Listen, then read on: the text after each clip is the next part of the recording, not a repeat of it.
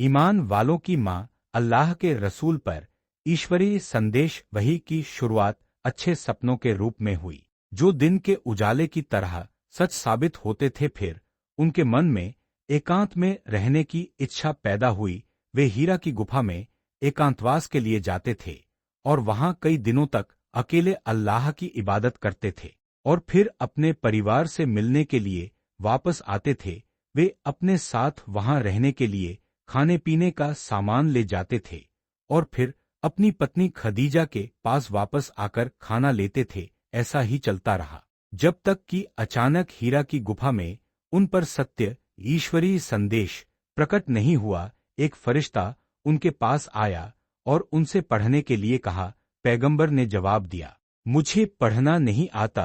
पैगंबर ने आगे कहा, फरिश्ते ने मुझे जोर से पकड़ा और इतनी जोर से दबाया कि मैं उसे और सहन नहीं कर सका। फिर उसने मुझे छोड़ दिया और दोबारा पढ़ने के लिए कहा, तो मैंने जवाब दिया, मुझे पढ़ना नहीं आता। इस पर उसने मुझे फिर से पकड़ा और दूसरी बार इतनी जोर से दबाया कि मैं उसे और सहन नहीं कर सका। फिर उसने मुझे छोड़ दिया और दोबारा पढ़ने के लिए कहा, लेकिन मैंने फिर वही जवाब दिया, मुझे पढ़ना नहीं आता, या मैं क्या पढ़ूं। तब उसने मुझे तीसरी बार पकड़ा और दबाया और फिर छोड़ते हुए कहा, अपने उस रब के नाम से पढ़ो जिसने सब कुछ पैदा किया है, जिसने इंसान को जमे हुए खून के लोथरे से बनाया है। पढ़ो, और तुम्हारा रब सबसे ज्यादा उदार है।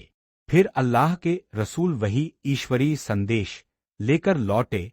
उनका दिल जोरों से धड़क रहा था। फिर वह खदीजा बिन्त खुवैलद के पास गए और कहा, मुझे ढको, मुझे ढको।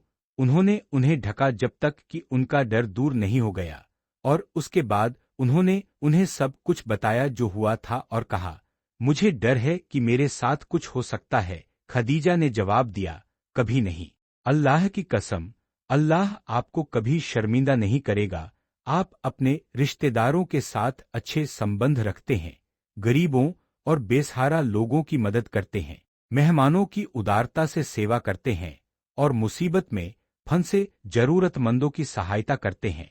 फिर खदीजा उन्हें अपने चचेरे भाई वराका बिन नौफल बिन असद बिन अब्दुल उज्जा के पास ले गईं, जो इस्लाम पूर्व काल में ईसाई बन गए थे और हिब्रू अक्षरों में लिखते थे। वह हिब्रू में गॉस्पेल इंजील से उतना ही लिखते थे जितना अल्लाह उनसे लिखवाना चाहता था। वह एक बूढ़े व्यक्ति थे और उनकी आंखों की रोशनी चली गई थी। खदीजा ने वराका से कहा, मेरे चचेरे भाई, अपने भतीजे की कहानी सुनिए।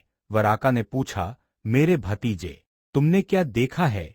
अल्लाह के रसूल ने जो कुछ भी देखा था उसका वर्णन किया। वराका ने कहा, यह वही रहस्य रखने वाला फरिश्ता जिब्रील है जिसे अल्लाह ने मूसा के पास भेजा था। काश मैं युवा होता और उस समय तक जीवित रहता जब तुम्हारे लोग तुम्हें निकाल देंगे। अल्लाह के रसूल ने पूछा, क्या वे मुझे निकाल देंगे?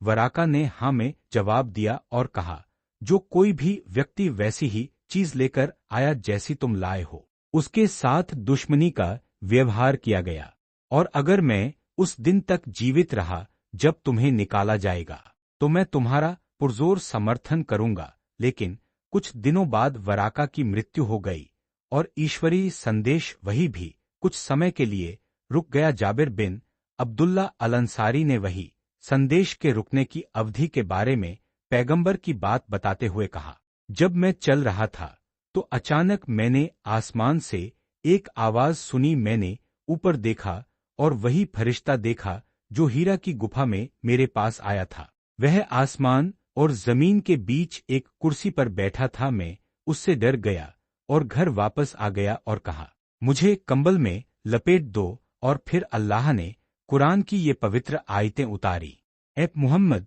चादर ओढ़ने वाले उठो और लोगों को अल्लाह के अजाब से सावधान करो और बुतों को छोड़ दो तक। इसके बाद वही ईश्वरीय संदेश जोरशोर से बार बार और लगातार आने लगी।